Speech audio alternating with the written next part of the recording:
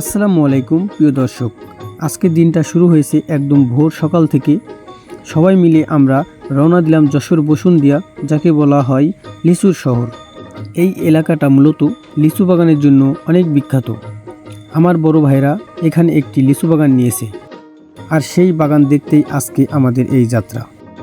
সকাল সকাল গ্রামের পথ ধরে সবুজ মাঠ আর ঠান্ডা বাতাসের মাঝ দিয়ে আমরা এগিয়ে চলেছি সেই লিচু বাগানের দিকে। এই বাগানের ভেতরে লিচু পাড়ার কাজ চলছে।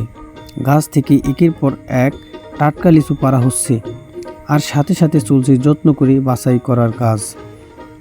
এই দৃশ্যগুলো শুধু কাজ নয়, এটা গ্রাম বাংলার বাস্তব জীবন, যেখানে কষ্ট আছে আবার আছে সরল আনন্দ। এই বাগানের ভেতরে হাঁটতে হাঁটতে মনে হচ্ছে সময়টা যেন থেমে গেছে, শুধু প্রকৃতি আর মানুষের পরিশ্রম একসাথে মিশে আছে। আমরা চেষ্টা করেছি এই সুন্দর মুহূর্তগুলো আপনাদের সামনে তুলে ধরতে, যাতে আপনারাও গ্রাম বাংলার আসল সৌন্দর্যটা অনুভব করতে পারেন। এই ভ্রমণ শুধু একটি ভিডিও নয়, বরং গ্রামের প্রকৃতি আর বাস্তব জীবনের একটা ছোট্ট গল্প।